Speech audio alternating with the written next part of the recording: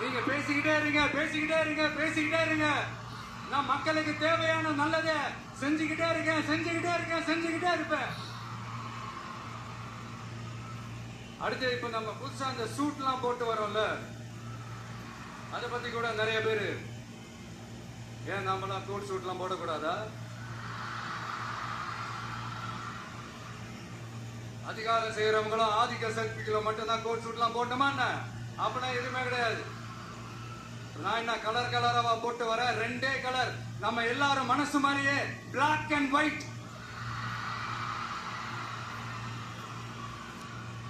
எல்லாத்துலயும் black and ஒயிட்டா இந்த விஜய் இருப்பான் அப்படின்னு காட்டுறதுக்கு தான் அந்த கலர். அடுத்து அந்த பிளாக் கூட யாரை குறிக்கும் எதை குறிக்கும்ன்றது நான் சொல்லிதான் தெரியணும்னு அவசியம் இல்லை, அது உங்களுக்கே நல்லா தெரியும். எல்லாத்துக்கும் இப்படி வழக்கம் சொல்லிக்கிட்டு நசன் பேசுற டைப்பும் நம்ம கிடையாது.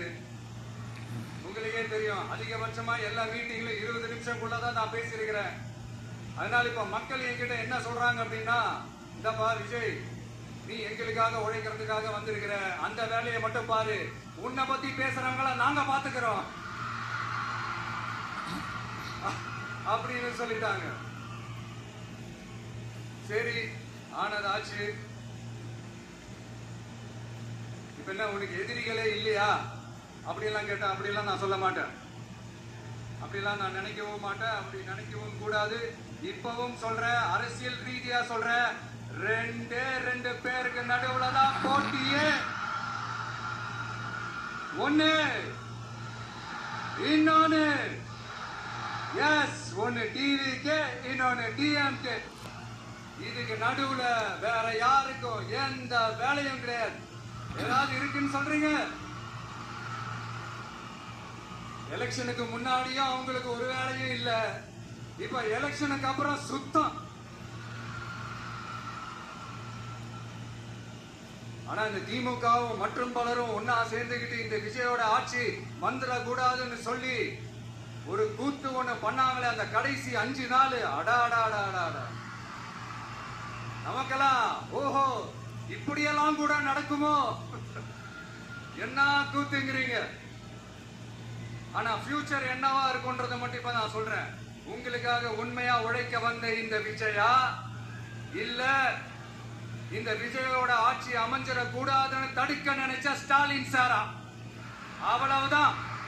இதுக்கு நடுவுல வேற யாரும் எந்த அல்லு சில்லும் உள்ள வந்து நம்மளை தடுக்கிறதோ எதிர்க்கிறதோ ஏதாவது பண்ணாங்கன்னா நிர்வாகம் அதுக்கு பொறுப்பில்லை ராஜா, நிர்வாகம் அதுக்கு பொறுப்பில்லை. ரிசல்ட் என்னவா வரும்ன்றது அது உங்களுக்கே நல்லா தெரியும். நம்மளை ஏளனமா பேசுறதா நினைச்சு அவங்களுக்கு ஆப்பு வச்சுக்கிறாங்க. திமுக நம்மளை தடுக்க, திமுக நம்மளை எதிர்க்க, திமுக நம்மளை அவமானப்படுத்த அத்தனையும் நமக்கு நன்மையே.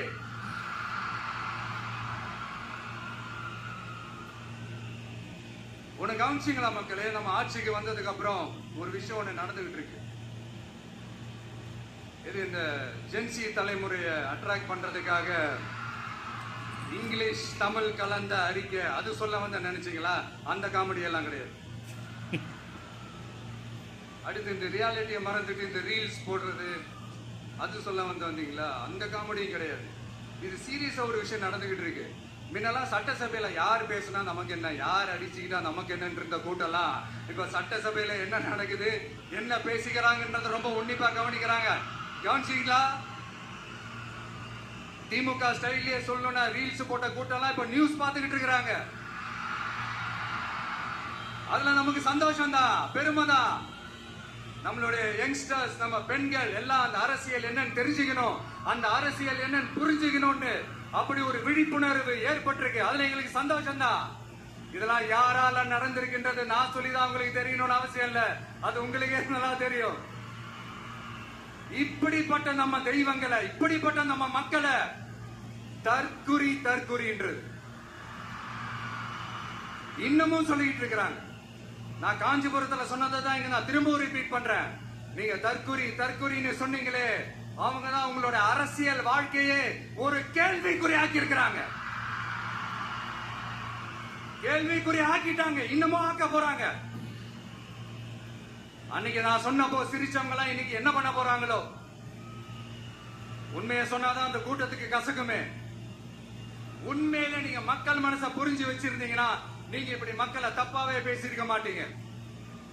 அது என்ன அப்புறம் அரசியல் புரிதல் இல்லாம மக்கள் நமக்கு ஓட்டு போட்டுட்டாங்களாம்.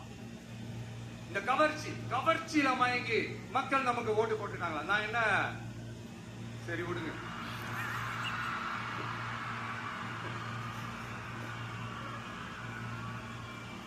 மக்கள் அவங்களுக்கு ஓட்டு போட்டா அந்த மக்கள் நல்லவங்களா? அதே மக்கள் நமக்கு ஓட்டு போட்டா அந்த மக்கள் கெட்டவங்களா? தற்குறியா? இதே மக்கள் தான் இத்தனை வருஷமா உங்களுக்கு ஓட்டு போட்டுட்டு இருந்தாங்க. உங்களுக்கு மட்டும் என்ன வேற ஏதாவது பிளானட்ல இருந்து குதிச்சு ஓட்டு போட்டு போனாங்களா? தற்குறியாமா? தற்குறி நல்லா வருது வேணான்னு பாக்குறேன். எங்க அண்ணன் விஜயகாந்த் அண்ணன் சொல்ற மாதிரி அண்ணா அவர்கள் ஆரம்பிச்ச கட்சிய ஒரு அடிமை கூடாரமா ஆக்குனது யாருங்க சார்? இப்படி எல்லாம் ஆக்கிட்டு உண்மையை சொல்லு உடன்பிறப்பேவா. உங்களோட அந்த உண்மையான உடன்பிறப்புகள் என்ன சொல்றாங்க தெரியுமா சார்?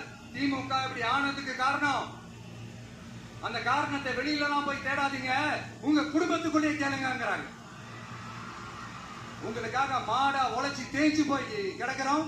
திமுக இப்படி ஆனதுக்கு காரணம் உழைக்காம சொகுசா இருக்கிற உங்க குடும்பத்துக்குள்ளேயே போய் கேளுங்கிறாங்க. ஒவ்வொரு திமுக தொண்டனும் அதை சொல்றாங்க.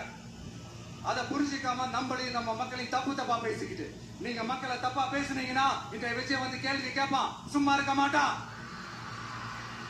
இந்த விஜயும் தமிழ்நாட்டு மக்களும் வேறு வேறு இல்லை. இந்த விஜய் தான் தமிழ்நாட்டு மக்களோட ஒரு உண்மையான ஒரே பிரதிநிதி. இது இன்னைக்கும் சரி, நாளைக்கும் சரி, நாளைக்கும் சரி, இதுதான் நிஜம். மறுபடியும் சொல்றேன், நமக்கும் மக்களுக்கும் இடையே இருக்கிற இந்த பூர்வ ஜென்ம பந்தத்தை, அந்த உறவை ஏதோ இந்த சதிகள் சூழ்ச்சிகள் பண்ணி யாராலையும் எதுவும் கெடுக்கவே முடியாது. கெடுக்க ட்ரை பண்ணீங்க.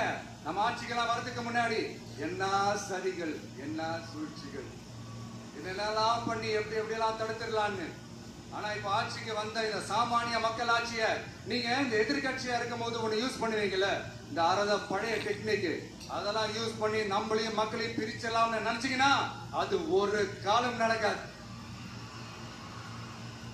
மக்கள்லாம் ரொம்ப தெளிவாயிட்டாங்க சார், ரொம்ப தெளிவாயிட்டாங்க.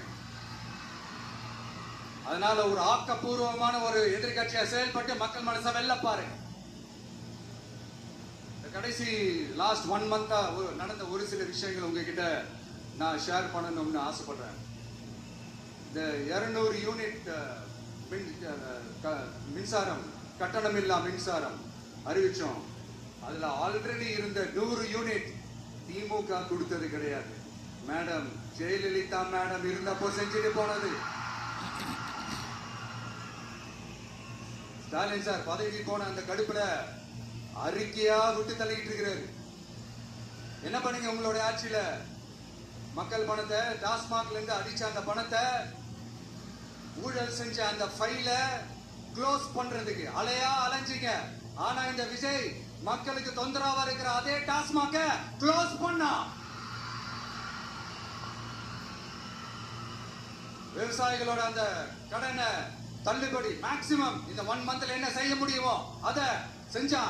நீங்க தான் அந்த நிதி சம்பந்தமா இருக்கிற எல்லா கேட்டையும் லாக் பண்ணி வச்சுட்டு போயிருக்கிறீங்க. அதை சரி செய்ய வேணாமா? அதை ஒழுங்குபடுத்த வேணாமா? அதனால மறுபடியும் சொல்றேன், இந்த விஜய் பொய் சொல்லி ஏமாத்துறதுக்காக அரசியலுக்கு வரல.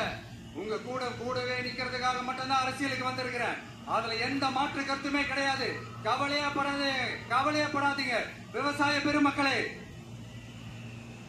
அடுத்து இந்த சட்டம் ஒழுங்கு, அது சரியில்லை இது சரியில்லைன்னு சொல்லி திமுகவும் மற்றும் பலரும் மாறி மாறி கூவுறீங்க. நான் ஒண்ணு கேட்கிறேன், இந்த மாடல் அரசுன்னு சொல்றீங்களே, அதுல என்ன செஞ்சு வச்சுட்டு போயிருக்கீங்க? ஒரு ஊரு விடாம, ஒரு தெரு விடாம போதை பொருள் கலாச்சாரம் அப்படியே ஸ்ப்ரெட் ஆகி கொட்டி கிடக்குது.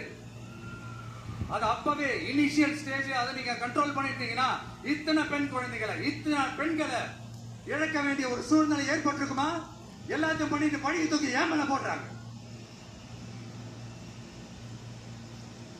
நீங்க என்ன பழி நம்ம மேல போட்டாலும் மக்கள் நிம்மதியா வாழக்கூடிய அந்த செயலை கண்டிப்பா இந்த விஜய் செஞ்சுதான் காட்டுவான். அதுக்காக தான் எஃபிஷியன்டான போலீஸ் ஆபீசர்ஸ் அப்பாயிண்ட் பண்ணியிருக்கிறேன். எஃபிஷியன்டான அந்த போலீஸ் ஆபீசர்ஸ் டீம் நான் அப்பாயிண்ட் பண்ணியிருக்கிறேன். பெண்கள் பாதுகாப்பான அந்த சிங்க பெண் காவல் படை நெக்ஸ்ட் வீக் அதை இனாகரேட் பண்ண போறோம்.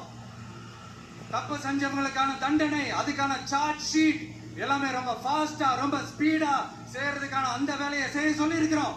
கோர்ட்ல கூட தப்பு செஞ்சவங்களுக்கான அந்த கடுமையான தண்டனை வாங்கி கொடுக்கறதுக்கான அந்த வேலையையும் ரொம்ப சீக்கிரமா செய்ய சொல்லி இருக்கிறோம்.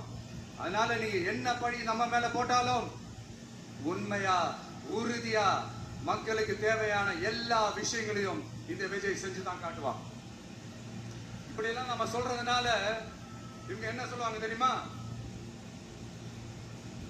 அவங்கதான் ஆட்சியிலே இல்லையே, அப்புறம் ஏங்க அவங்கள குறை சொல்றீங்க அப்படின்னு கேட்பாங்க.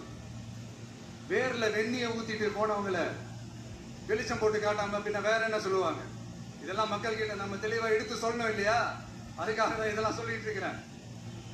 நம்ம மக்களுக்காக இவ்வளவு வேலை பார்க்கிறோம், ஆனா இவங்க அதையெல்லாம் விட்டுட்டு குதிரை பேரம் பண்றாரு, அது பண்றாரு, இது பண்றாருன்னு சொல்லிட்டு தப்பு தப்பா கதையெல்லாம் அடிச்சு விட்டு இந்த தீய சக்தியும் தீந்து போன சக்தியும் அதாங்க திமுகவும் மற்றும் பலரும் ஒன்னா சேர்ந்துகிட்டு திருட்டுத்தனமா யாருக்கும் தெரியாம ஒரு ஓரமா மூலையில உட்கார்ந்துட்டு பேரம் பேசி கூட்டு சேர்ந்து ஆட்சி அமைச்சு கொள்ளையடிக்க திட்டம் போட்டாங்க. அது ஏன் தெரியுமா? உங்களோட இந்த டிவிக்கு ஆட்சி அமைஞ்சா அவங்க பொழைப்பே போயிடும். அந்த கொள்ளையடிக்கிறது, லஞ்சம், ஊழல் எல்லாமே கதம் கதம். அதான் இந்த காரணம். அடுத்து ஸ்டாலின் சார், திமுக இப்போ தீய சக்தி மட்டும் இல்ல, மக்களை விட்டு ரொம்ப தூரமா போன தூர சக்தி, ஓர சக்தி, கோர சக்தி, பார சக்தி.